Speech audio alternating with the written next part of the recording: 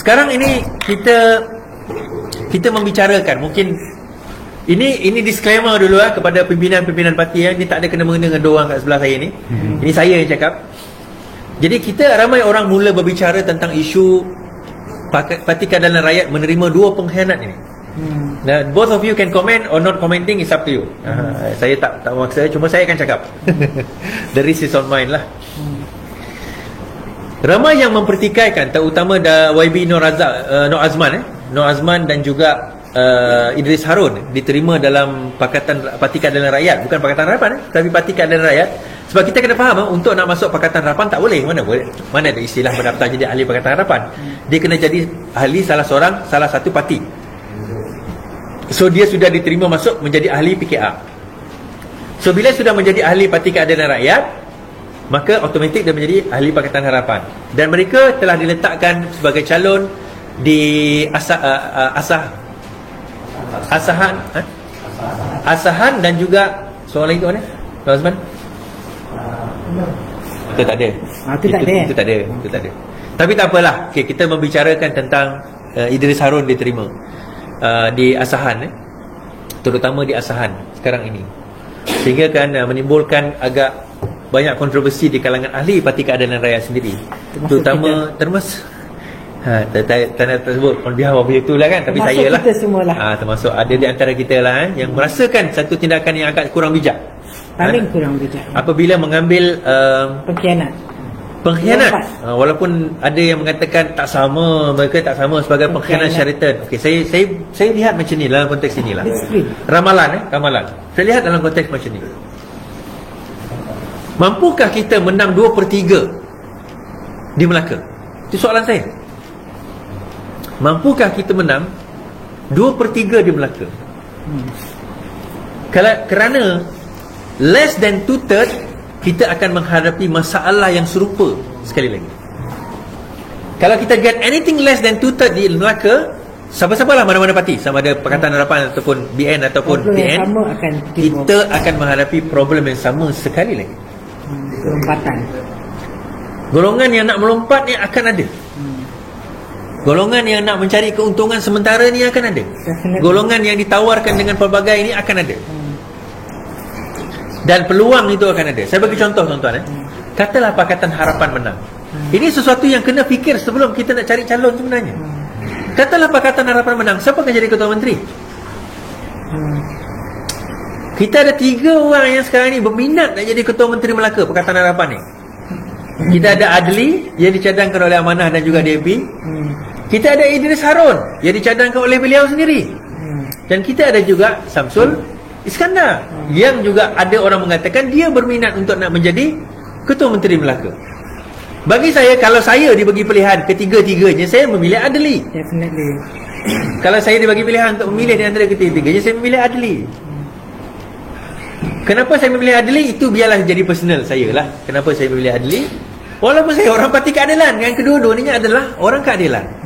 Isu dia, dan ini saya bercakap atas dasar kesedaran, isu dia, kalau Idris Harun tak puas hati kerana dia tak lantik jadi Ketua Menteri, apa akan jadi? Dia akan keluar. What if kalau dia keluar? Tak ada lain. Kita tak boleh bersangka buruk macam tu. Sampai bila kita nak The reason dia nak masuk pun, dia nak bertanding pun kerana dia nak jadi Ketua Menteri. So kalau you think dia tak dapat jadi Ketua Menteri, dia nak stay ke? Tak mungkin. So that is the only answer. Bawa saya kepada apa yang saya cakap tadi. Human, manusia ni is a creature of habits. Manusia is a creature of habits. Creature of habits. Itu tamak satu. Tapi bila kita tengok contoh Idris Harun, ada orang kata, kenapa dah Mantais kita dah pilih? Kenapa kau pilih? Saya kata tadi, yang kita berborak sebelum saya start live tadi, saya katakan, kita buatlah undang-undang anti lompat parti macam mana sekalipun, orang akan lompat. Kita dah ada undang-undang dadah, hukuman mati mandatori kalau mengedar dadah. Oh, masih mengedar tak? Masih. Sebab apa? Itu sifat manusia. Kita akan cari loophole. Saya kata macam ni, human is a creature of habits. Kenapa saya berkata demikian? Saya buat satu cerita lah. Saya buat cerita. Berapa yang doktor sebut tu, saya bawa kepada satu cerita. Ada seekor kalajengking, dia nak pergi menyeberang sungai tu. Ini very famous old folk story lah. Dia nak seekor kalajengking, dia nak pergi nyeberang sungai. Dia tak boleh nyeberang sungai, dia tak ada berenang kan.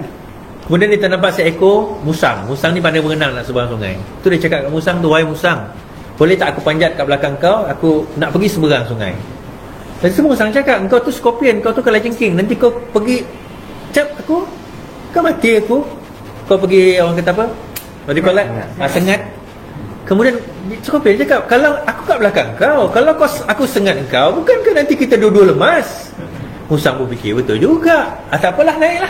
Sedang dia nak berenang ke tengah-tengah di tengah sungai tu, tiba-tiba skorpion tu pergi cucuk dia.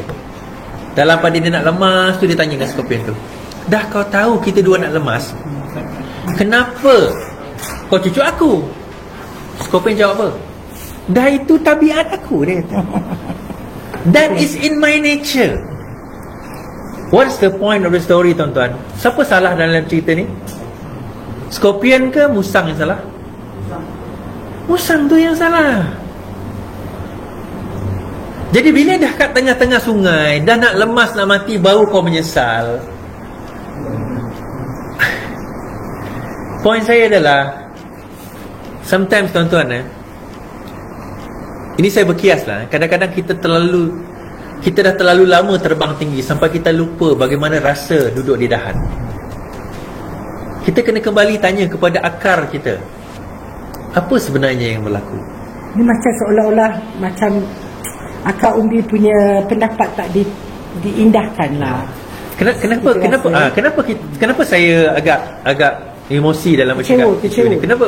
Kecewa tu biasa. Tapi kenapa saya agak emosi dalam isu Melaka ni? Saya sebut tadi apa? Nak menang Malaysia ni, 3 negeri ni. 3 negeri ni kena. Johor, Melaka, Negeri Sembilan. Kalau Melaka kita gagal menang dalam PRN ni, pilihan raya negeri ni, gagal kita menang Melaka ni, macam mana nak menang? Dan whoever lah, katalah PN atau BN menang, tuan-tuan perempuan fikir logik kan? Kita ingat kita bertanding 3 penjuru kan? Kita tak bertanding 3 penjuru tuan, kita bertanding 2 penjuru.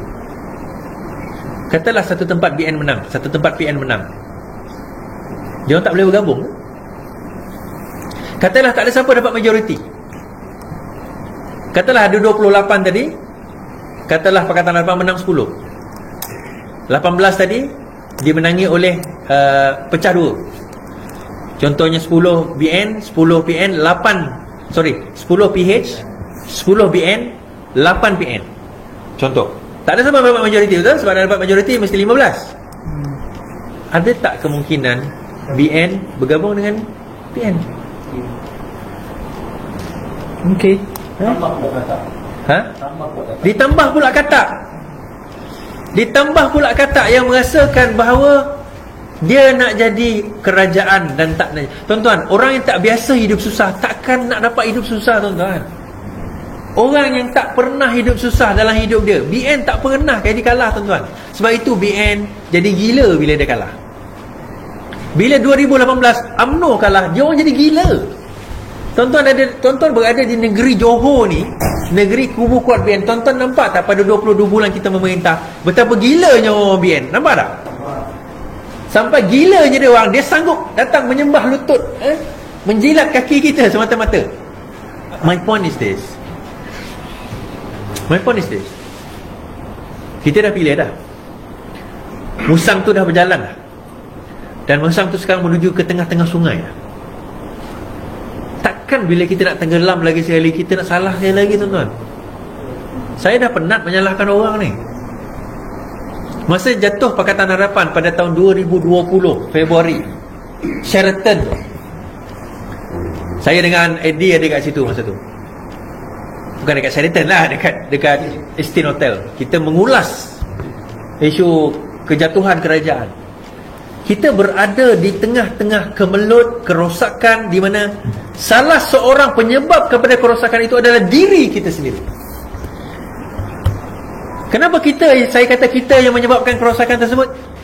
Siapa yang setuju nak bawa Bersatu masuk Pakatan Harapan?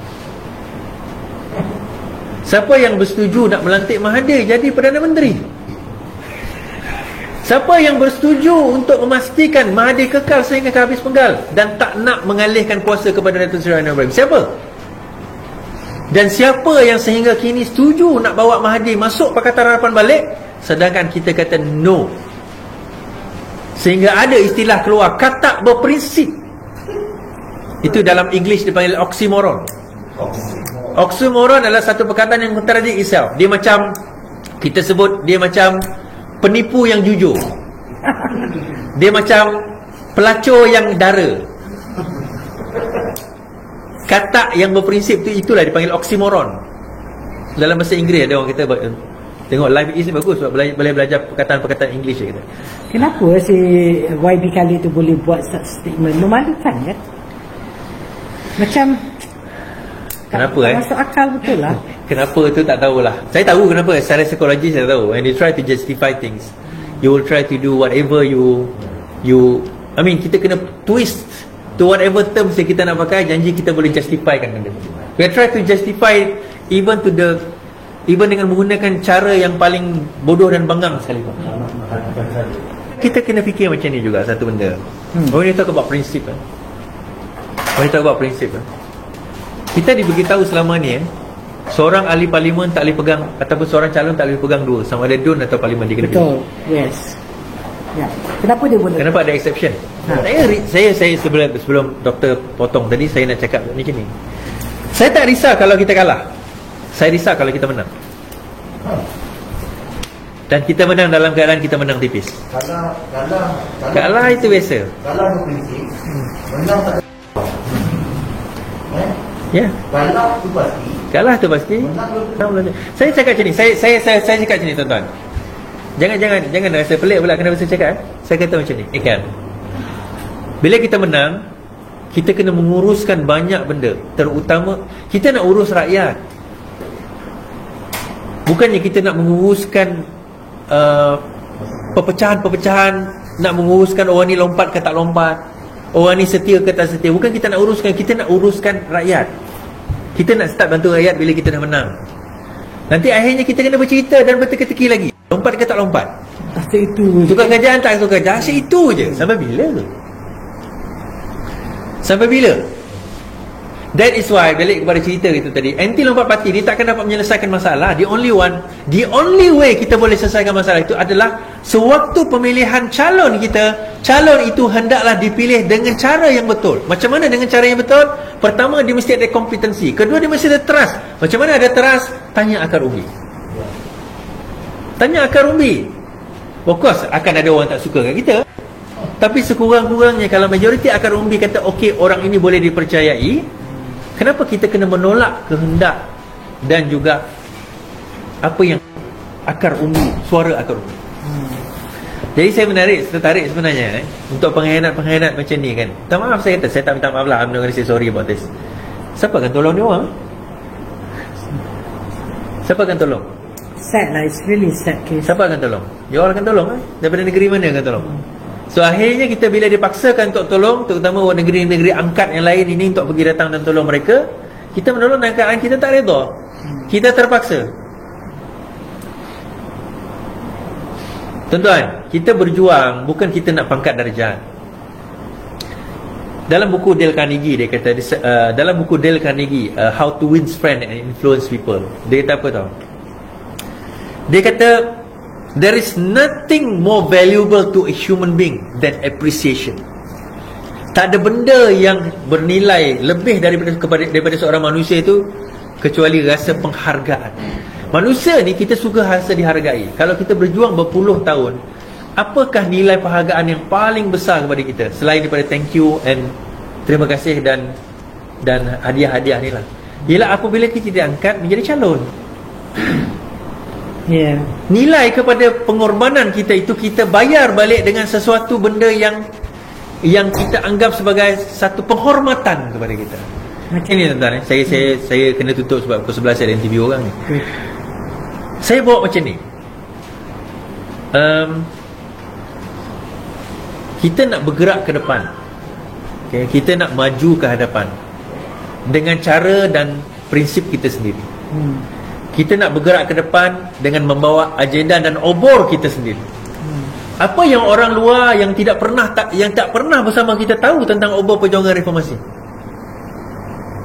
Apa yang orang luar yang tak pernah bersama dengan perjuangan reformasi, bukan setakat tak pernah bersama dengan kita, malah bertahun-tahun ini menentang kita, tiba-tiba kata nak bercakap tentang perjuangan reformasi.